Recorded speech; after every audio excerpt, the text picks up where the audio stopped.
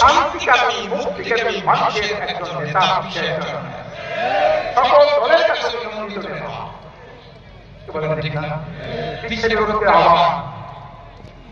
আজকে যে অবস্থা পরিবর্তনের জন্য ছাত্রকে গণঅভ্যুত্থান ঘটিয়েছে, স্বাধীনতা যুদ্ধ করেছেন, 2283 জন জীবন দিয়েছেন, 22,600 মানুষ আহত হয়েছেন, 5,560 জন পঙ্গু হয়েছেন, যারা নিহত হয়েছেন, যারা আহত হয়েছেন, যারা পঙ্গু হয়েছেন, সবাইকে আমি ইসলামের পক্ষ থেকে সেলুট জানাই। আপনারা দেশে একটা পরিবর্তন এনেছেন, ধন্যবাদ জানাই। 53 বছরের মধ্যে পরবর্তী শিক্ষার্থীরা একটা গণঅভ্যুত্থান ঘটিয়েছে।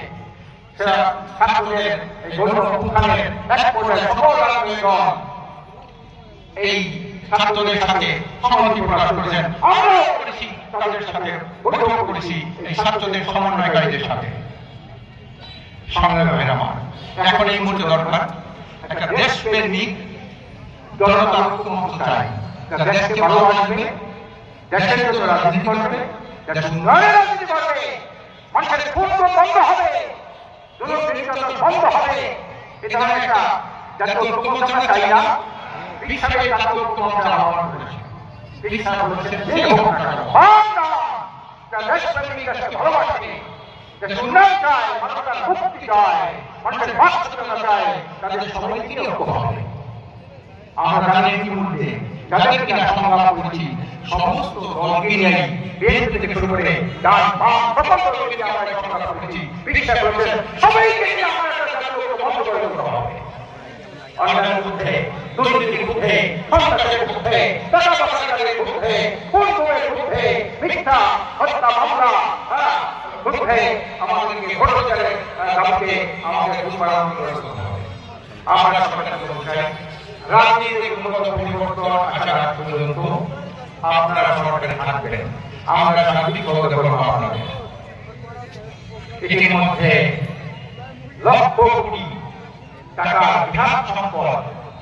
আমি গত পরশুদিন একটা মিটিংয়ে গেলাম, সেখানে দেখি যে অফিসের সামনে বিশাল এক পিলার বসেছে।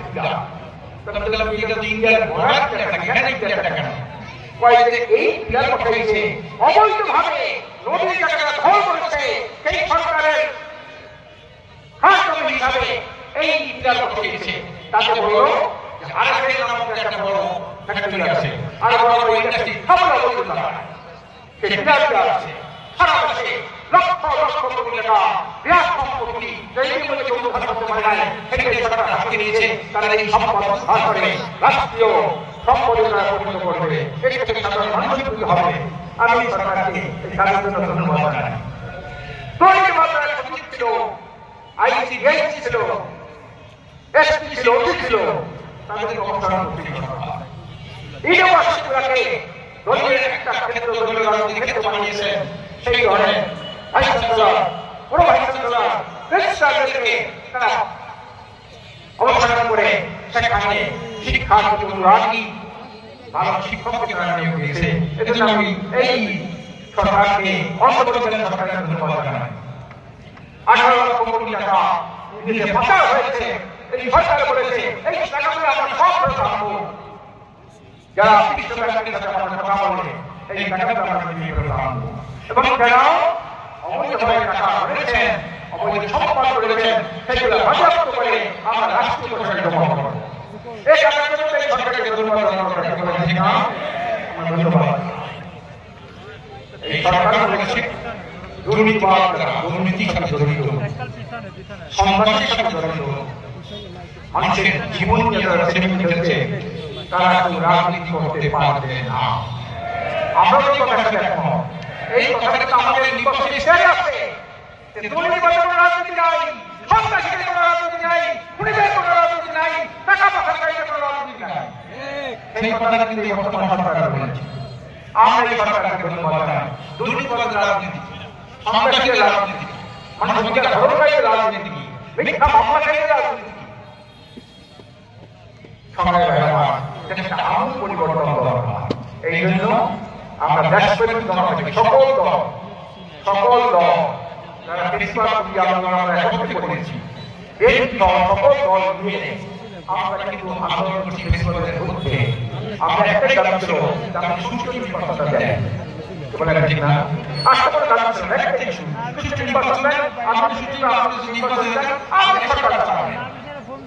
অন্যতার কিছু না, এই একটা সুষ্ঠু নির্বাচনের দাবিতে আমরা সম্মিলিতভাবে কিন্তু আন্দোলন করেছি। এই আন্দোলনের সরকার চরমভাবে আঘাত এনেছে, নির্যাতন নিপীড়ন চালিয়েছে। সরকারের কথা এই কাজ তো ঠিক হয় না। সংগ্রামী নলছিবাসী ভাইরা আমার, আপনারা সচেতন এবং শান্তিকামী। নলছিটি জালপাড়ির লোক শান্তিকামী, বিভিন্ন জেলা থেকে আসে। কোন জেলার মানুষ শান্তিকামী? এটা হলো নলছিটি জালপাড়ির লোক শান্তিকামী, মুক্তিকামী। আপনারা আগামী দেশটার পরিবর্তনের জন্য আপনারা সম্মিলিতভাবে কাজ করতে রাজি আমরা সবাই রাজি আছি নাকি? সবাই রাজনীতি থাকি, ভালো নেতা আর নীতি ছাড়া ভালো দেশ হয় না, হয় নাকি? ভালো নেতা নীতি ছাড়া দেশ উন্নয়ন হয় না। আমরা ভালো নেতা চাই, ভালো নীতি চাই, এছাড়া জাতির মুক্তি নাই। বিশ্বের চরমায় আহ্বান মানুষের শান্তির জন্য, মুক্তির জন্য, দেশের উন্নয়নের জন্য আমরা সর্বদলীয় একটা দেশ পরিচালনা চাই। বলে যে না, এটা আমার দরকার আছে না? কেন হয়তো আবার এই সরকার গুলিকে আবার মাথা চালিয়ে আমরা এই আর কখনো করতে দেব না। আরেকটা পাশাপাশি আপনি বাঙালি জাতিকে একটা ধন্যবাদ জানাতেই পারি না। এক কবি একটা কথা বলেছেন, বাঙালির ভালোবাসা এমন ভালোবাসা যাকে মাথায় উঠায়, তত্ত্বত মাথায় উঠায়, আসলে নামার মাটি নিচে তত্ত্বত মাটির নিচে দেওয়াই যায়।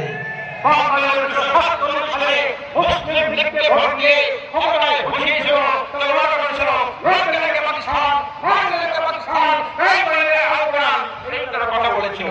কেউ তারা ইসলামের সাথে আচরণ করে সেই বাঙালি মুসলিম লীগকে মাটির নিচে দেওয়াই যা 1974 সালে চুক্তি ভঙ্গকে ক্ষমতায় আনলো।